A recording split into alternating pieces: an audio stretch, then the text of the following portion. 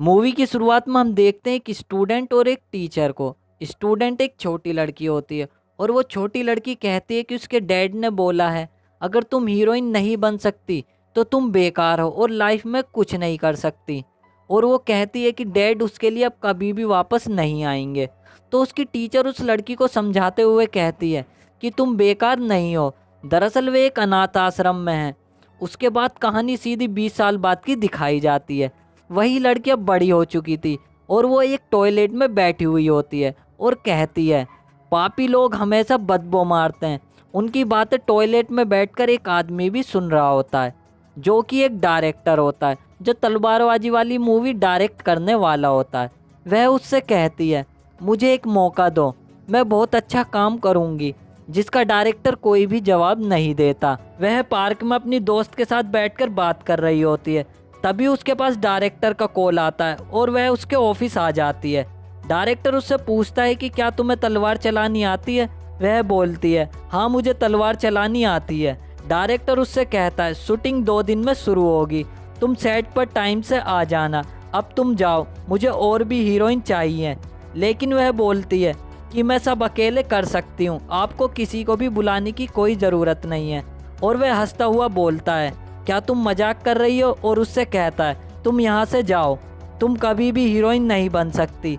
वह उदास होकर अपने घर चली जाती है और उसके पास एक लॉकेट होता है और वह कुछ मंत्र पढ़ती है और उसमें पावर आ जाती है।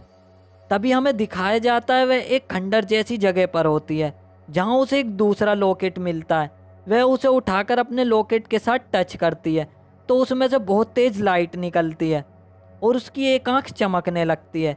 तभी हम देखते हैं कि वह उसी जगह पर ज़मीन पर पड़ी होती है जहाँ वह पहली बार मंत्र पढ़ रही थी और उसके चारों तरफ जुगनू चमक रहे होते हैं। वह अपना फ़ोन निकाल कर देखती है, लेकिन पीछे से एक लड़की आ जाती है और उससे पूछती है क्या तुम सोल स्लेट तो नहीं हो।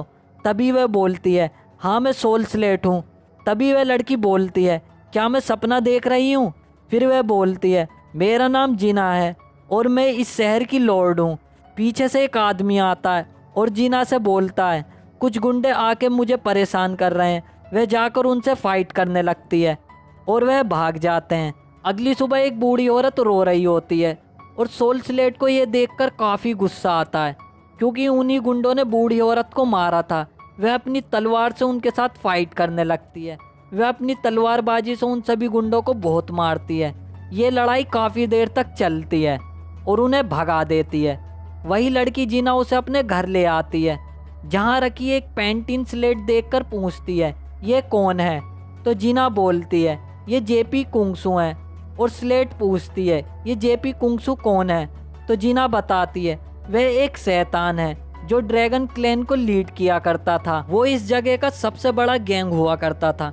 मेरे पिता ने इस गांव की बहुत रक्षा की है, लेकिन उनके एक आदमी ने उन्हें मरवा दिया। अगले सीन में हमें दिखाया जाता है वहाँ एक लड़की आ जाती है और स्लेट को तलवारबाजी के लिए चैलेंज करती है और उन दोनों के बीच में बहुत ज़बरदस्त फाइट होती है। फाइट काफ़ी देर तक चलती है जिसमें वो लड़की स्लेट को बुरी तरीके से घायल कर देती है, लेकिन जीना एक ब्लेड से उस लड़की का गला काट देती है जिसके बाद स्लेट का इलाज होता है और वो ठीक हो जाती है।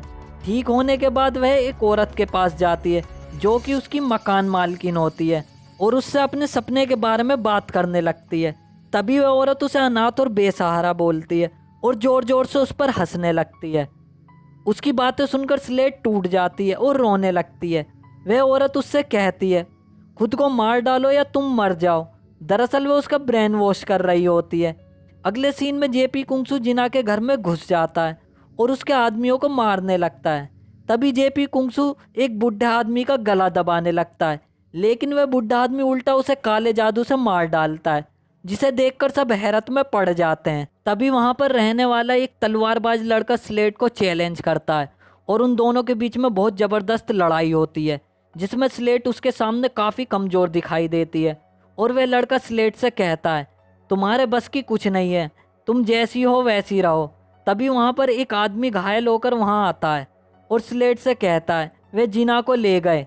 स्लेट और वह लड़का वहाँ जाकर देखते हैं तो सब कुछ टूटा पड़ा होता है और अगले सीन में हमें दिखाया जाता है जीना उससे पूछती है आखिर तुम चाहते क्या हो।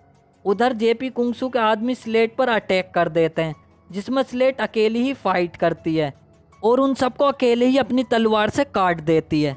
उसके कुछ आदमी और आ जाते हैं तो स्लेट उनके सामने कमज़ोर पड़ने लगती है, लेकिन तभी वह घायल आदमी वहाँ पर अपनी टीम लेकर आ जाता है और स्लेट की मदद करने लगता है और वह सब मिलकर उन सबको मार डालते हैं। उसके बाद स्लेट सीधा जेपी कुंगसू के पास पहुँच जाती है। असल में जेपी कुंगसू मरा नहीं होता, क्योंकि उसके पास काले जादू की शक्ति होती है और उससे फाइट करने लगती है। लेकिन स्लेट की मदद करने के लिए वह लड़का भी आ जाता है और जेपी कुंगसू से फाइट करने लगता है। असल में जेपी कुंगसू के पास काला मैजिक होता है, इसलिए वह दो रूप लेकर लड़ता है, एक जिससे स्लेट लड़ रही थी और दूसरा जिससे वह लड़का लड़ रहा था। वे दोनों जेपी कुंगसू के सामने कमज़ोर पड़ने लगते हैं, क्योंकि वह अपने ब्लैक मैजिक का यूज़ कर रहा था। वह स्लेट को काफ़ी मारता है, जिससे वह अधमरी हो जाती है और दूसरी तरफ वह लड़का एक छोटे बच्चे को एक गुड़िया देता है और वह वहीं पर मर जाता है। और उधर वह स्लेट को अभी भी मारे जा रहा था। अचानक स्लेट को अपने बचपन का सपना दिखाई देता है और वह उठ जाती है और उससे लड़ने के लिए तैयार हो जाती है और जेपी कुंगसू और स्लेट में दोबारा लड़ाई होने लगती है। स्लेट अपनी तलवार निकालती है और जेपी कुंगसू के पेट में घुसा देती है और जेपी कुंगसू तभी वहीं पर मर जाता है और जीना उसे उठाकर बाहर ले आती है और सोल स्लेट उसके अंदर से निकल जाती है। तभी वह अपनी असल ज़िंदगी में वापस आ जाती है। वह देखते हुए उसी खंडर जैसी जगह पर होती है जहां मूवी की स्टार्टिंग चल रही होती है और डायरेक्टर उसे हीरोइन बना लेता है और मूवी यहीं पर ख़त्म हो जाती है। दोस्तों, अगर जो आपको ये वीडियो पसंद आई हो तो हमारी वीडियो को लाइक कीजिए और अपने दोस्तों के साथ शेयर कीजिए और हमारे चैनल को सब्सक्राइब कीजिए। Thank you for watching.